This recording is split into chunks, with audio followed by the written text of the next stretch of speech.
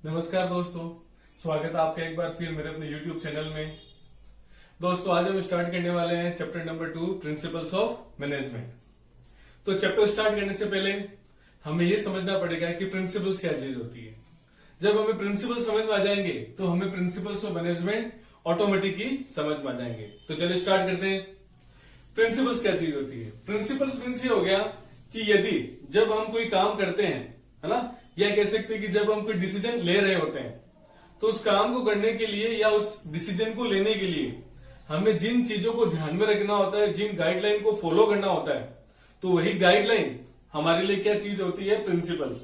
मतलब क्या कहा मैंने कि जब हम कोई काम कर रहे होते हैं, है ना, या कोई डिसीजन लेते हैं तो उस डिसीजन को लेते समय हमें किन किन चीजों को ध्यान में रखना होता है, किन फंडामेंटल ट्रूथ को ध्यान में रखना होता है, किन गाइडलाइन को फॉलो करना होता है। तो यही गाइडलाइन, यही फंडामेंटल ट्रूथ हमारे लिए क्या चीज होती है? प्रिंसिपल्स होते हैं, जो कि हमें गाइड करते हैं कि हमें काम को किस प्रकार से अच्छे से करना है।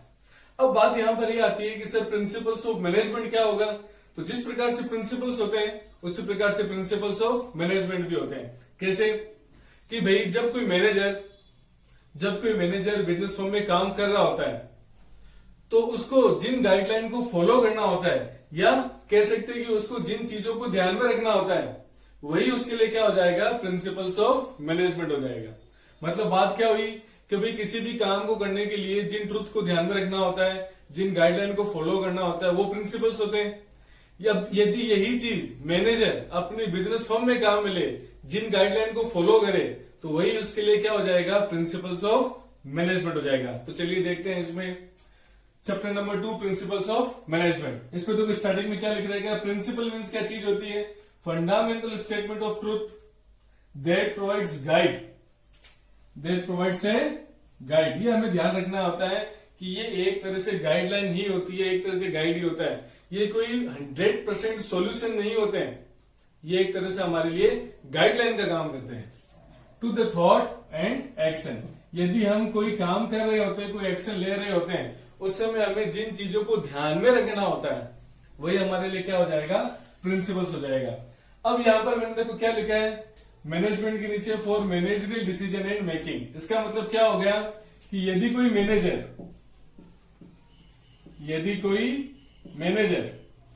मैनेजरियल डिसीजन मेकिंग फंक्शन में जिन गाइडलाइन को फॉलो करता है, जिन चीजों को ध्यान में रखता है, तो वही गाइडलाइन उसके लिए क्या हो जाएगी? प्रिंसिपल्स ऑफ मैनेजमेंट हो जाएगा। तो क्या कहा मैंने कि यदि कोई मैनेजर जिन जनरल गाइडलाइन को फॉलो करता है, क्यों फॉलो करेगा? For the managerial decision making function के लिए, है ना, तो वो गाइडलाइन उसके लिए प्रिंसिपल्स ऑफ मैनेजमेंट हो जाएगा। तो इसमें देखिए यहां पर प्रिंसिपल्स ऑफ मैनेजमेंट क्या चीज होती है? Are broad and general guideline. तो यहां पर ध्यान रखना ये केवल गाइडलाइन है, कोई रेडीमेड सॉल्यूशन यहां पर अवेलेबल नहीं है। General guideline for decision making and behaviour of the managers. ये यहां पर ध्यान रखने वाली बात है कि principles of management are made for managers, कि मैनेजर को बिजनेस फर्म में काम करते वक्त जिन चीजों को ध्यान में रखना होता है, जिन गाइडलाइन को फॉलो करना होता है, वही उसके लिए प्रिंसिपल्स ऑफ मैनेजमेंट होता है। अब यहां पर देखो 3 चीजें आती है। पहला होता है सर प्रिंसिपल, दूसरा टेक्निक्स और तीसरा वैल्यूज। इन तीनों चीजों में क्या डिफरेंस है? तो यहां पर देखिए टेक्निक्स मतलब क्या हो गया कि गोल्स को अचीव करने के लिए हमें जिस प्रोसेस को फॉलो करना होता है, गोल्स को अचीव करने के लिए जिस प्रोसेस को फॉलो करना होता है, या कह सकते हैं सीरीज ऑफ स्टेप्स को फॉलो करना होता है, वो हमारे लिए टेक्निक होती है। कि भाई गोल को अचीव करने के लिए हमने 6-7 तरीके अपनाए, तो ये सारे के सारे तरीके, ये मेथड्स हमारे लिए क्या हो गया? टेक्निक हो गया। अब यहां पर ध्यान देने वाली बात यह है कि वो 6-7 जो मेथड हम अपनाने वाले हैं, उसमें हमें किन किन गाइडलाइन को फॉलो करना होगा, किन किन चीजों का ध्यान में रखना होगा, है ना, तो वो हमारे लिए क्या हो जाएंगे? प्रिंसिपल्स हो जाएंगे। तो क्या कहा मैंने कि गोल को अचीव करने के लिए हमें बहुत सारे फंक्शंस को फॉलो करना होता है, बहुत सारे स्टेप्स को फॉलो करना होता है, तो वो तो हमारे लिए क्या हो गया? टेक्निक होगी। लेकिन जो स्टेप्स है, जो फंक्शंस है, जिनको हम फॉलो करने वाले हैं, उस समय हमें कौन सी गाइडलाइन को ध्यान में रखना होगा ताकि वो फंक्शंस अच्छे से फॉलो हो, तो वो हमारे लिए प्रिंसिपल्स हो जाएंगे। इसको देखिए यहां पर टेक्निक क्या चीज होती है? मेथड्स। टेक्निक क्या कह सकते हैं? मेथड्स होते हैं जिसमें सीरीज ऑफ स्टेप्स होते हैं जो कि गोल को अचीव करने के लिए जरूरी है। अब यहां पर देखो प्रिंसिपल्स में क्या लिखा है मैंने, ट्रूथ एंड जनरल गाइडलाइन। ये तो मैंने आपको पहले भी समझा दिया कि principle, truth and general guideline होते हैं। लेकिन क्या लिखा हुआ, वाइल प्रैक्टिसिंग टेक्निक्स, टेक्निक्स को प्रैक्टिस करते समय जो हमें गाइडलाइन और ट्रूथ को ध्यान में रखना होता है वही हमारे लिए प्रिंसिपल्स होते हैं। तो समझ गए मेरी बात ये। अब बात यहां पर एक चीज आती है, वैल्यूज। वैल्यूज क्या चीज होती है? वैल्यूज मतलब ये हो गया है कि हमारा ऐसा बिहेवियर जो कि सोसाइटी हमसे एक्सपेक्ट करती है, हमारा बिहेवियर जो कि सोसाइटी हमसे एक्सपेक्ट करती है वो हमारे लिए क्या हो जाएगी? वैल्यूज हो जाएगी। अब जैसे कि कह सकते हैं कि respect to the old people, ये हमारे के लिए क्या हो जाएगा? वैल्यूज हो जाएगा, है ना। या कह सकते हैं कि providing the quality output to the society, ये भी हमारे लिए क्या है? वैल्यूज है। तो यहां पर देखो ध्यान में, प्रिंसिपल्स तो क्या होगी? जनरल गाइडलाइन होगी। लेकिन वैल्यूज क्या हो गया कि expected behaviour of the individual in the society. Society किसी इंडिविजुअल से क्या एक्सपेक्टेड बिहेवियर रखती है वही उसके लिए हो जाएगी वैल्यूज। अब यहां पर देखो एक चीज और, वैल्यूज फॉर्म होती है through the common practice. Common practice के कारण एक वैल्यू फॉर्म होती है। जैसे कि सोसाइटी में जो चीजें चल रही है, कॉमन में जो चीजें आ रही है, उसी को अपन क्या बोलते हैं? वैल्यूज बोलते हैं। लेकिन प्रिंसिपल्स के बारे में, प्रिंसिपल्स फॉर्म होते हैं एक्सपेरिमेंटेशन एंड ऑब्जर्वेशन। ये हमें ध्यान रखने वाली बात है कि वैल्यूज तो कॉमन प्रैक्टिस के कारण सोसाइटी में आती है, लेकिन जो प्रिंसिपल्स हैं वो एक्सपेरिमेंटेशन या ऑब्जर्वेशन से ही आते हैं। तो हमें कंपनी में काम करने के लिए, या फिर कह सकते हैं कि किसी मैनेजर को कंपनी में काम करने के लिए इन तीनों चीजों का ज्ञान होना जरूरी है, इन तीनों चीजों की नॉलेज जरूरी है। उसको टेक्निक भी आनी चाहिए और टेक्निक को फॉलो करने के लिए जो भी जनरल गाइडलाइन है उसका उसको ध्यान होना चाहिए। और साथ ही साथ जब वो गोल अचीव करे, वो सारे के सारे गोल सोसाइटी से एक्सपेक्टेड वाले ही गोल हो। ऐसा नहीं होना चाहिए कि हम जो आउटपुट दे रहे हैं वो आउटपुट क्वालिटी वाला नहीं है। तो अगर क्वालिटी आउटपुट नहीं है तो वैल्यू को हम यहाँ पर इग्नोर कर रहे हैं। तो कुल मिला के ये तीनों चीजें मैनेजर को ध्यान में होनी चाहिए, जिसमें कि मेन इंपॉर्टेंट चीज क्या है? प्रिंसिपल्स। प्रिंसिपल्स क्या हो गए? एक तरह से गाइडलाइन होगी जो हमारे एक्शन और थॉट को एक डायरेक्शन देता है। तो चलिए अब हम स्टार्ट करते हैं नेचर या features of principles of management. ठीक है, तो नेचर या फीचर्स मतलब क्या हुआ कि प्रिंसिपल्स ऑफ मैनेजमेंट आखिरकार चीज क्या है, इसको हम डिटेल में समझने वाले हैं। तो मेरी यहां पर यह कोशिश रहेगी कि मैं एक ही एग्जाम्पल के माध्यम से आपको सारे के सारे पॉइंट्स लर्न करवा सकूं। तो इसमें देखिए स्टार्ट करते हैं। जैसे कि सपोज करो कि यहाँ पर हेनरी फ्यूल साहब है। हेनरी फ्यूल साहब को वैसे देखा जाए तो हेनरी फ्यूल साहब के 14 प्रिंसिपल्स हैं जो हम आगे आने वाले वीडियोस में समझेंगे, है ना। मैनेजमेंट थिंकर है वो। तो जैसे कि हेनरी फ्यूल साहब है, वो एक किसी फर्म में गए, तो फर्म में गए तो वहां पर उनको दो प्रकार के रिसोर्सेज मिलेंगे। पहला फिजिकल रिसोर्सेज जैसे कि गुड्स या कह सकते हैं मटेरियल्स, है ना, और दूसरा मिलेंगे ह्यूमन रिसोर्सेज मतलब एम्प्लॉइज। तो जैसे ही उनको वहां पर दो रिसोर्सेज मिलेंगे तो वहां पर उनके सामने प्रॉब्लम क्या आती है कि इन दोनों रिसोर्सेज का ऑप्टिमम यूटिलाइजेशन हो। लेकिन ऑप्टिमम यूटिलाइजेशन होना तो जरूरी है, उसमें हम चेंज केवल ह्यूमन रिसोर्सेज में ही कर सकते हैं, फिजिकल रिसोर्सेज में चेंज नहीं कर सकते। क्यों?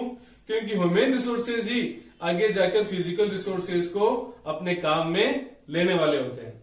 तो वहां पर उनका मेन काम क्या हो गया कि हम यहाँ पर ह्यूमन रिसोर्सेज के बिहेवियर को इन्फ्लुएंस करना है। इन्फ्लुएंस करना मतलब क्या हो गया? उनको इस प्रकार से डायरेक्शन दे, उनको इस प्रकार से प्रभावित करें ताकि वो फर्म के लिए पॉजिटिव वे में काम करें। तो अब इसके लिए उन्होंने वहां पर बहुत सारा प्रैक्टिस एक्सपेरिमेंटेशन किए, है ना। फ्यूल साहब ने वहां पर फर्म में ह्यूमन रिसोर्सेज के ऊपर बहुत सारी प्रैक्टिस की, एक्सपेरिमेंटेशन किए, ऑब्जर्वेशन किए, है ना। उनका कलेक्टिव विजडम भी लगा।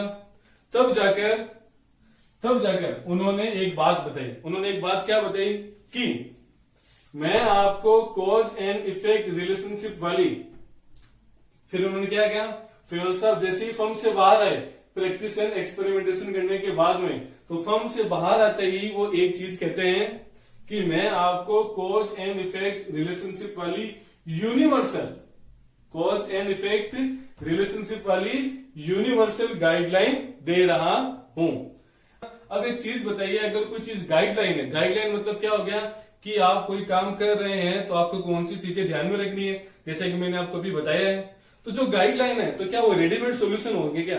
वो रेडीमेड सॉल्यूशंस तो नहीं हो सकते। तो गाइडलाइन को हम क्या आगे जाकर जब सिचुएशन डिमांड करेगी तो उनको चेंज कर सकते हैं। यदि सिचुएशन डिमांड करती है तो सीधी सी बात है, यदि गाइडलाइन ही है, सॉल्यूशन नहीं है, तो हम उसको चेंज कर सकते हैं। तो जब चेंज करेंगे तो हमने उसको क्या नाम दे दिया? फ्लेक्सिबल। तो यहां पर मैंने आपको 6 पॉइंट समझा दिए। इन 6 पॉइंट को अब हम डिटेल में समझेंगे। पहला पॉइंट क्या था कि यहां पर हमारा जो मेन मोटिव होता है वो ह्यूमन बिहेवियर को इन्फ्लुएंस करना होता है। इसलिए इस पॉइंट का नाम क्या हो गया? Mainly behaviour. मतलब क्या हो गया?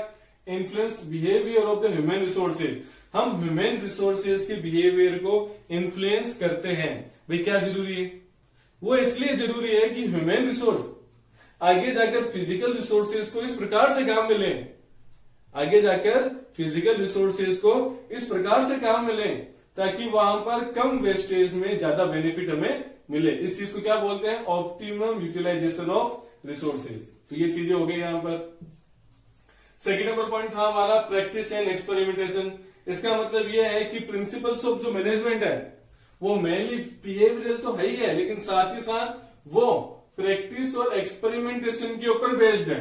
जैसे कि वैल्यूज के बारे में मैंने आपको बताया था कि वैल्यूज तो कॉमन प्रैक्टिस के ऊपर डिपेंड करती है, लेकिन ये प्रैक्टिस एंड एक्सपेरिमेंटेशन। जैसे कि सपोज करो कि अगर कोई मैनेजमेंट थिंकर है ना, वो किसी कंपनी में गया, फैक्ट्री में गया, जैसे कि टेलर साहब है, उन्होंने फैक्ट्री के बारे में बताया, साइंटिफिक मैनेजमेंट का प्रिंसिपल दिया। तो ये सारी चीजें क्या है, उन्होंने वास्तव में रियल बिजनेस सिचुएशंस में उन्होंने डील की, फिर वहां से उन्होंने पर्सनल ऑब्जर्वेशन किया और पर्सनल ऑब्जर्वेशन के साथ उसको एक्सपेरिमेंट भी किया और फिर अपना और अपने साथियों का, मैनेजर्स का दिमाग लगाकर इन प्रिंसिपल्स को दिए। इसको कहते हैं कलेक्टिव विजडम्स ऑफ मैनेजर। तो ये हमको प्रिंसिपल्स प्रैक्टिस एंड एक्सपेरिमेंटेशन से डराए हुए। थर्ड नंबर पॉइंट आता है कॉज एंड इफेक्ट रिलेशनशिप। इसका मतलब ये हो गया कि ये जो प्रिंसिपल्स ऑफ मैनेजमेंट है, इसका मतलब क्या है कि प्रिंसिपल्स ऑफ मैनेजमेंट है, ये हमें इस प्रकार से गाइड करते हैं कि हम सिमिलर सिचुएशंस जो कि लार्ज नंबर ऑफ केसेस में होती है उनमें काम में ले सकते हैं। जैसे कि अगर कहा जाए कि अगर फैक्ट्री में या किसी कंपनी में कोई बिजनेस प्रॉब्लम आती है और वो प्रॉब्लम पहले से भी आ रही है, तो हम वहां पर क्या करेंगे? प्रिंसिपल को अप्लाई करेंगे और क्विकली उसको सोल्व कर देंगे।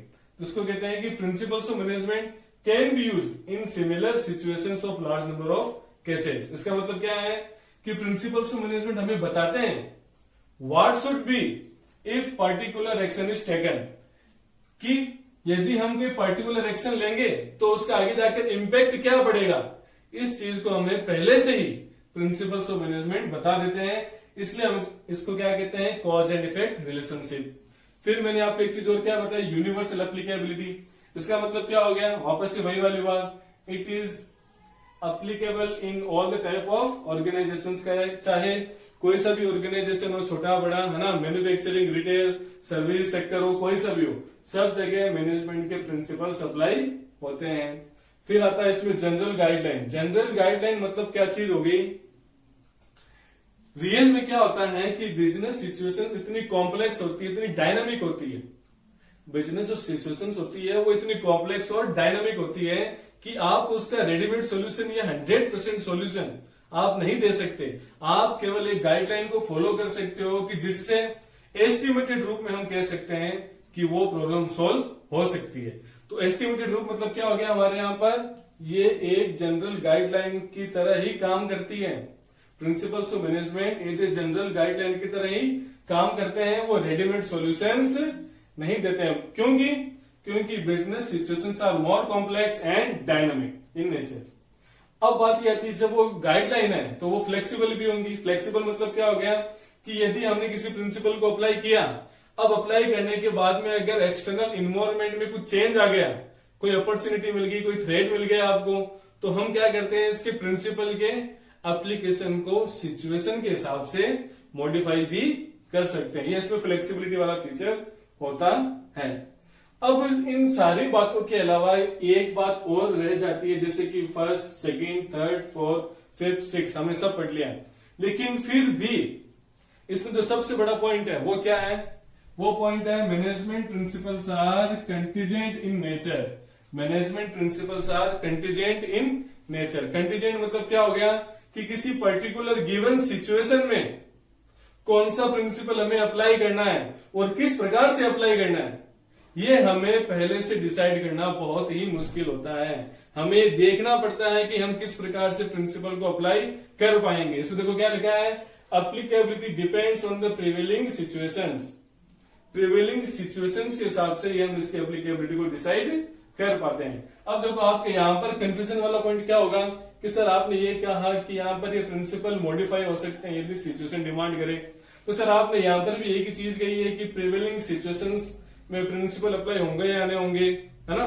तो इन दोनों में देखो क्या अंतर है, फ्लेक्सिबिलिटी और कंटीजेंट में जब हम किसी प्रिंसिपल को अप्लाई करें या ना करें या कैसे अप्लाई करें, इस चीज को हम बोलते हैं कंटीजेंट। लेकिन जब हमने एक बार अप्लाई कर दिया, फिर अगर इन्वायरमेंट में अगर कोई चेंज आया है, उसके अकॉर्डिंग अगर प्रिंसिपल की एप्लीकेबिलिटी में अगर हमें चेंज करना है तो वो हो जाता है फ्लेक्सिबल। तो कुल मिला के मैंने आपको 7 के 7 पॉइंट एक चार्ट के थ्रू मैंने आपको समझा दिए। तो इसको वापस देख लेते हैं इन 7 पॉइंट्स को कि फ्यूल साहब किसी फर्म में गए तो वहां पर उनका क्या काम था, मेनली बिहेवियर मतलब ह्यूमन रिसोर्सेज के बिहेवियर को टेस्ट करना, उनको इन्फ्लुएंस करना। इसके लिए उन्होंने बहुत सारी प्रैक्टिस एंड एक्सपेरिमेंटेशन किए और इन सब के बाद में उन्होंने एक बात हमें बताई। क्या बात बताई कि मैं आपको कॉज एंड इफेक्ट रिलेशनशिप वाली यूनिवर्सल गाइडलाइन दे रहा हूं। उन्होंने ऐसा कहा कि मैं आपको कॉज एंड इफेक्ट रिलेशनशिप वाली यूनिवर्सल गाइडलाइन दे रहा हूं जो कि फ्लेक्सिबल है। फ्लेक्सिबल मतलब जैसे जैसे सिचुएशन में चेंज होगा तो हम प्रिंसिपल भी चेंज कर सकते हैं। लेकिन इन सब में आपको एक चीज ये ध्यान में रखनी पड़ेगी कि प्रिंसिपल की एप्लीकेबिलिटी डिपेंड करती है प्रिवेलिंग सिचुएशंस पे। उसको क्या कहते हैं हम, कॉन्टीजेंट। तो मेरे हिसाब से आपको सातों के सातों पॉइंट एक साथ में याद हो गए होंगे। अब देखो एग्जाम में क्या होता है, एग्जाम में ये हो सकता है कि आपके सामने कोई सा भी एक पॉइंट टेस्ट किया जा सकता है। आपके सामने एक केस लो आएगा और आपको कोई सा भी एक पॉइंट टेस्ट किया जा सकता है। फिर उसके साथ में आपसे बाकी के पॉइंट्स भी पूछे जा सकते हैं। इसलिए हमें हर एक पॉइंट को अच्छे से समझना है और साथ ही साथ सारे पॉइंट हमें याद भी होने चाहिए। Thank you.